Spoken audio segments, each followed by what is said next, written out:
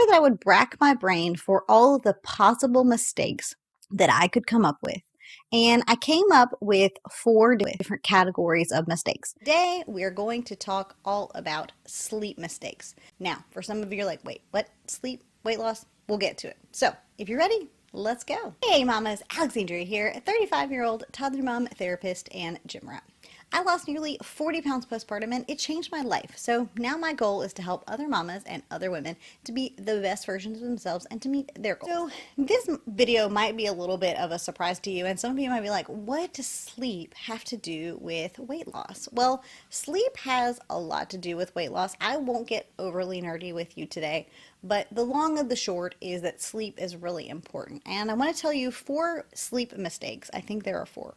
Yes. There are four sleep mistakes that you could be making that could be impacting your goals. Sleep mistake number one is not getting enough sleep. Now, for some of you, you're like, duh. Yes.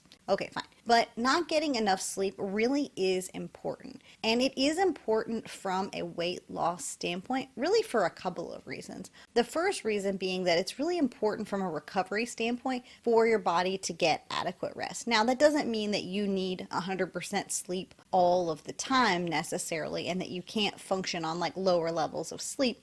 But oftentimes people will prioritize productivity over sleep, but sleep is productive, especially when you're thinking about muscle growth and digestion and things like that. Your body needs an adequate amount of time to sleep in order to grow muscles and in order to have enough energy to perform the next day. So if you're undercutting your sleep all the time, maybe not just some of the time, but all the time, you're likely not able to perform at your highest level because you're too tired. That's just it. You're just too tired, especially if you're trying to live in a calorie deficit and you're trying to navigate that too.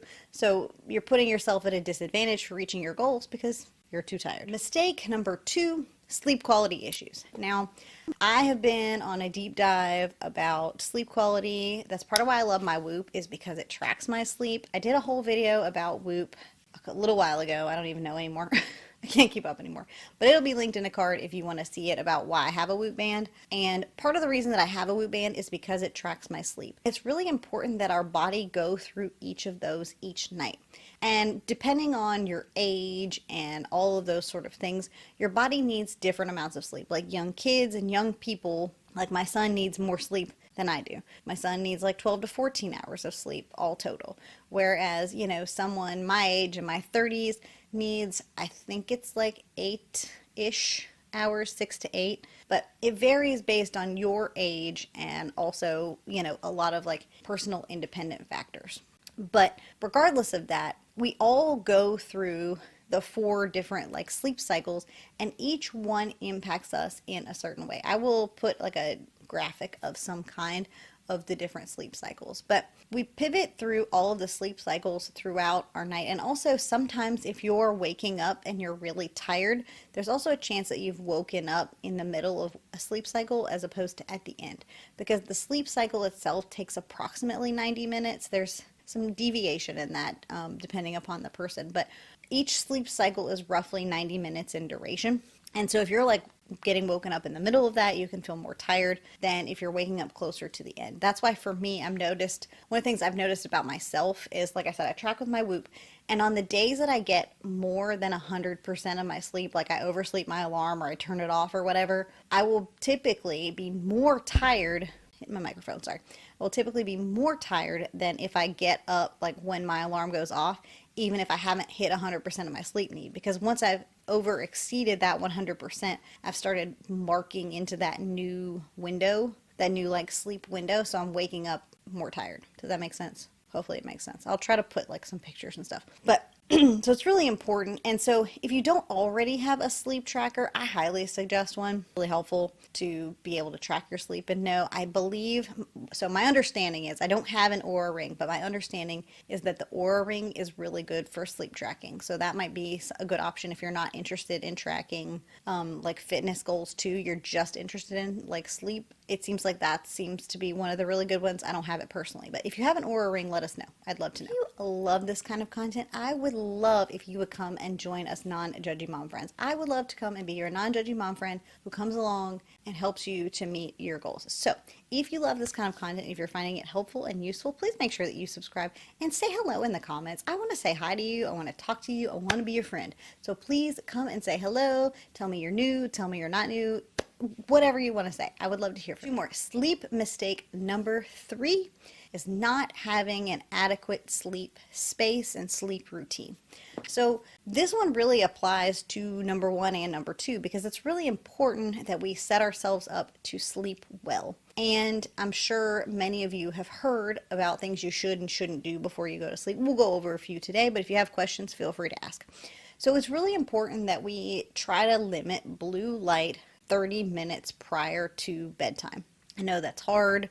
The procrastination is real, especially if you're a mom like me and that's like the only free time you get. It can be really tricky, but I can always tell when I haven't followed through with this rule, like I'm editing a YouTube video or I'm like watching something on my phone, because my quality of sleep is not as good as when I followed this rule. Like I have seen it firsthand. Like the other week I violated like all my rules. I had caffeine too late in the day.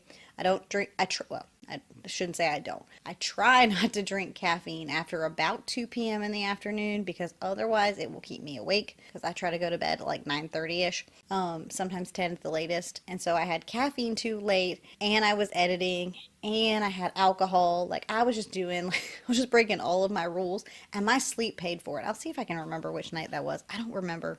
It's kind of bothering me now. But I broke all my rules and my sleep paid for it. And so did my recovery. So all of that to say that it's really important that you make sure that you're set up in a cool enough environment and that you have enough like light cancellation. I really like my sleep headphones. I wear a pair of sleep headphones to cover my eyes, but also to be able to like listen to my son's monitor along with some white noise or like a sleep story to relax. But that's just what works for me. But whatever it is, you need to set up your environment so that you're able to fully relax into sleep and be in a cool enough space that your body can fully relax. And the last one, which I sort of already spoiled for you, my son cannot make up its mind today. Not the one that's napping, the S-U-N. Can't make up its mind.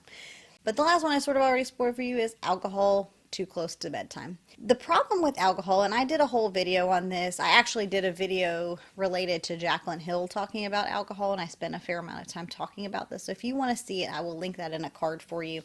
But, you know, it's just sort of like a deep dive because she's not drinking anymore, which is really cool. I love that for her.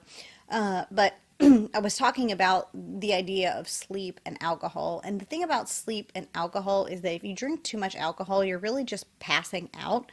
You're not really falling asleep. And sometimes people will use that as a crutch to go to sleep. But when you use alcohol to go to sleep, you're not able to get yourself through all the different sleep cycles. Your body doesn't function that way. So it keeps you in like a light sleep stage as opposed to allowing you to get the REM and deep sleep that you also need because your body is processing the alcohol. So it's really important that if you want a good recovery, and I'm not saying do this all the time, right? Sometimes we just have crappy sleep. And I also noticed that the older I get, the more alcohol impacts my sleep. Like when I was in college and stuff, like it didn't really matter so much. I could do kind of whatever I wanted. But now that I'm in my 30s, like caffeine and alcohol, girl, bye. Like if that is just not in the right window of time, the sleep is garbage. It just doesn't matter. I can't be the only one. Somebody tell me I'm not the only one. Anyway, so alcohol too close to bedtime is not your friend, and it will mess up your sleep cycles. So just keep that in mind as you think about your consumption and your intake and when and how you're drinking alcohol. So that's it, my friends. That is going to do it for all of the sleep-related mistakes that you could possibly make. So stay tuned for the next selection of mistakes, and I will be sure to have YouTube link a video for you they think you will love, and I hope you love it too. And I'll catch you in the next one. Bye, friends.